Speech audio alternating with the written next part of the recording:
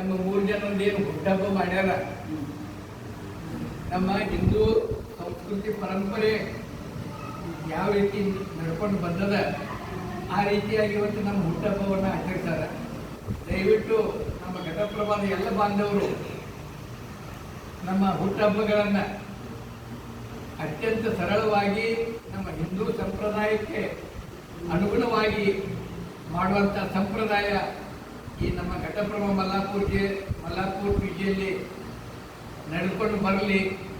ಯಾಕಂದ್ರೆ ಇವತ್ತು ನಾವು ನೋಡ್ತೇವೆ ನಮ್ಮ ಯುವಕರು ಒಂದು ವಿದೇಶಿ ಸಂಸ್ಕೃತಿಯನ್ನು